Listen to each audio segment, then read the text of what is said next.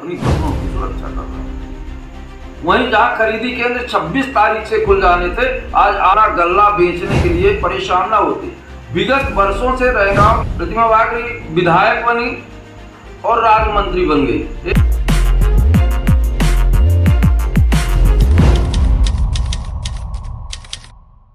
नमस्कार, मैं उमेश गौतम, समग्र प्रदेश समाचार से। आज राजनीति से अलग खबरों की तरफ रुख करते हैं। देखते हैं कि एक कहावत है कि जो चीजें गिनी जा सकती हैं वो एक दिन निश्चित खत्म होती है, इसलिए इनका घमंड नहीं करना चाहिए।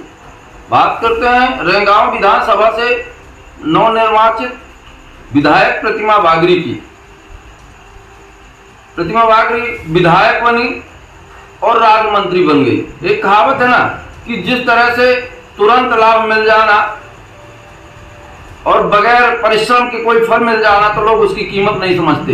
ऐसा लगता है कि ये एक बार मंत्री बन जाने के बाद फिर दोबारा रैगांव विधानसभा से चुनाव नहीं लड़ेंगे। ये अपना जलवा दिखाने, लोगों को कदम कदम पर फोटो खिंचाने और जलवा दिखाने का प्रयास गाय बगाई करती रहती है। पर जिस जनता ने इन्हें जलवा के लायक बनाया, उस जनता की दुर्गति किस तरह से है, इस तरफ इन्होंने कभी ध्यान नहीं दिया। लोगों की उम्मीद थी कि ये गांव की बेटी है, अगर जीतेगी तो निश्चित ही आम जनता और किसान की बात करेगी। पर ये चुनाव के जीतने के बाद, मंत्री पद पाने के बाद लिफ्टिंग हो गई। केवल घूमने का काम करना और फोटो खिंचाना और बड़ी बड़ी बातें करना, इसके सिवा कुछ नहीं। उनको ये पता नहीं कि लौट के फिर वहीं आओगे बंदे जहां से चले थे तुम। आसमान में चाहे जितना उड़ लो पर जमीन में जरूर आओगे।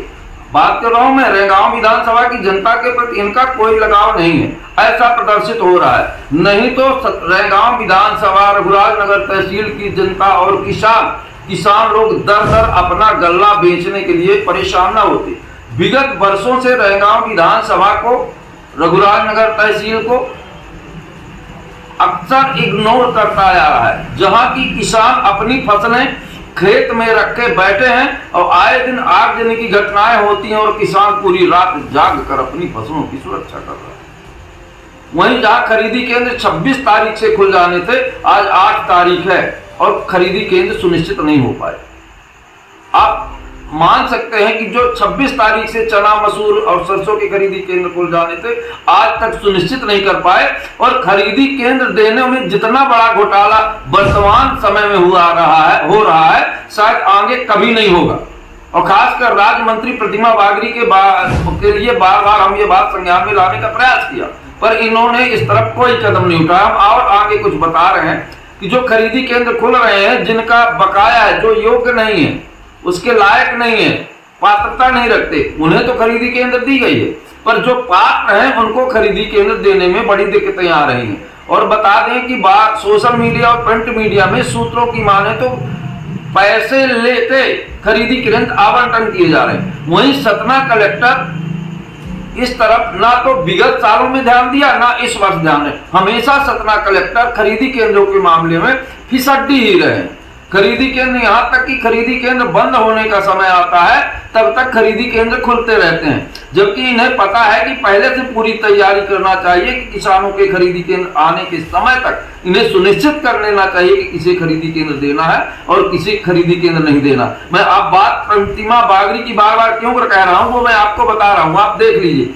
वर्तमान समय में कुल 46 खरीदी केंद्र खोले गए हैं। उनमें उचेहरा में 6, कोठी में 3, कोटर में 3, नागौद में 9 और बिरसिंहपुर में 7, मझगवा में 4 और रामपुर बघेलान में 14 खरीदी केंद्र खोले गए। अब आप समझ लीजिए कि रघुराजनगर इतनी बड़ी तहसील है जिसमें रैगांव विधानसभा का ज्यादातर क्षेत्र आता है। रघुराजनगर के अंदर ही कोठी भी आती है। तो रघुराजनगर में केवल 3 खरीदी केंद्र हैं। अब आप सोच सकते हैं कि इतनी बड़ी रघुराजनगर तहसील के 3 खरीदी केंद्रों में कैसे गल्ला किसान पहुंचा पाएगा और कितनी भीड़ होगी, कितनी परेशानी होगी किसान को। इस बात को समझना चाहिए। और मैं एक बात भी कहना चाहूंगा, हमारे क्षेत्र की बिटिया है, वो विधायक बाद में है, मंत्री बाद में है, पर हमारे रैगांव विधानसभा, क्योंकि मैं रैगांव विधानसभा से बिलोंग करता हूं और किसान भी हूं, तो उन्हें इस बात का ध्यान देना चाहिए कि खरीदी केंद्रों के आवंटन में विशेष ध्यान रखना चाहिए। उनके क्षेत्र में खरीदी केंद्रों का तुरंत संचालन होना चाहिए। मैं उमेश गौतम, समग्र प्रदेश समाचार से।